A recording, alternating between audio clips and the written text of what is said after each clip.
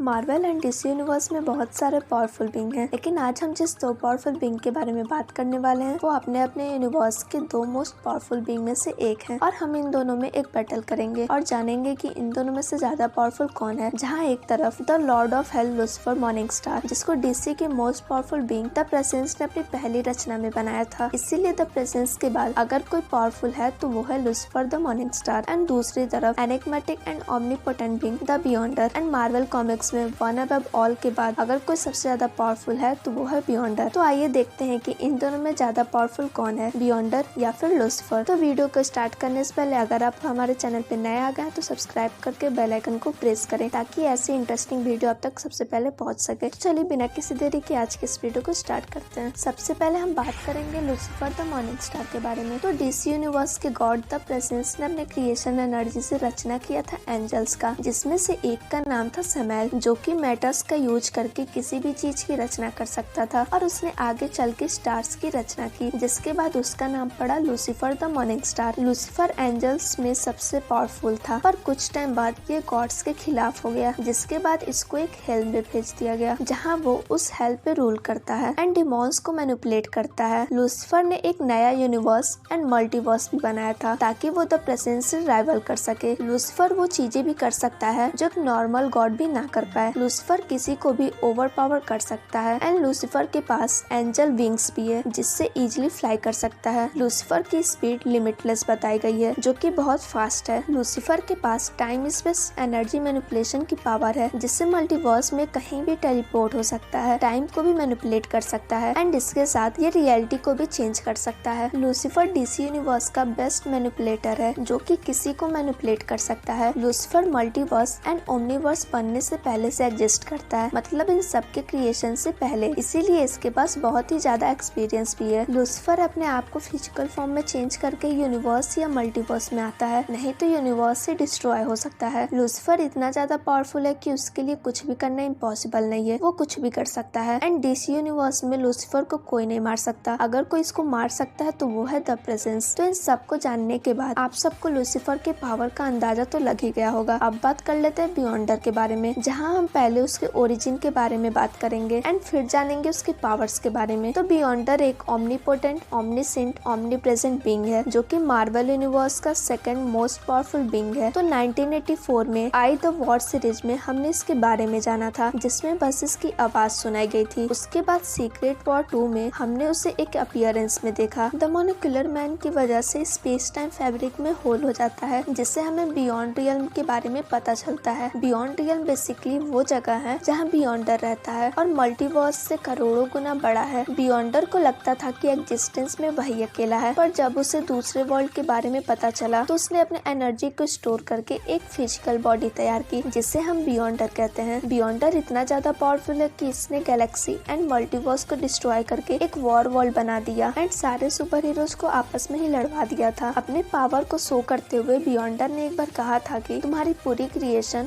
और इसकी हर एक एग्जिस्टेंस मेरे एक इमेजिनेशन के बराबर है। तुम्हारी रियलिटी और मेरी इमेजिनेशन एक है और शायद ये भी हो सकता है कि तुम्हारे मल्टीवर्स को मैंने ही बनाया हो, वो भी अनजाने में। मतलब बियॉन्डर इतना पावरफुल है कि ये अपने एक सोच से ही कुछ भी कर सकता है, यूनिवर्स भी क्रिएट कर सकता है बस सोचने से ही। इसके अलावा बियॉन्डर रियलिटी को मैनिपुलेट कर सकता है, अपने अकॉर्डिंग रीडिजाइन कर सकता है एंड मल्टीवर्स में कभी भी टेलीपोर्ट हो सकता है। जेम्स शूटर मार्वल के राइटर थे जिन्होंने बियॉन्डर को बनाया था और ये चाहते थे कि बियॉन्डर एक सुप्रीम गॉड बने जिसकी पावर अनलिमिटेड हो, और इसीलिए ये बियॉन्डर को इतनी ज्यादा पावरफुल बना दिए कि अगर पूरा मल्टीवर्स भी एक साइड हो जाए तब भी वो अकेले ही उन्हें इजिली संभाल लेगा एंड लिविंग ट्रिब्यूनल जब इसे रोकने आता है तो ये उसे भी मार देता है। तो ये सब जानने के बाद आई होप आप लोग बियॉन्डर के पावर्स के बारे में तो जान ही गए होंगे। तो अब हम जब दोनों के पावर को जान चुके हैं तो अब बात कर लेते हैं इन दोनों में से ज्यादा पावरफुल कौन है, बियॉन्डर या फिर लूसीफर। तो बहुत सारे लोगों का कहना है कि लूसीफर बियॉन्डर से ज्यादा पावरफुल है, पर ऐसा नहीं है। बियॉन्डर इतना ज्यादा पावरफुल है कि ये जो चाहे वो कर सकता है। हम जिस बियॉन्डर की बात कर रहे हैं वो रेडकॉन से पहले वाला बियॉन्डर है, मतलब प्री रेडकॉन बियॉन्डर। तो अगर Lucifer the morning star and बियॉन्डर में फाइट होती है तो बियॉन्डर will overcome Lucifer with both raw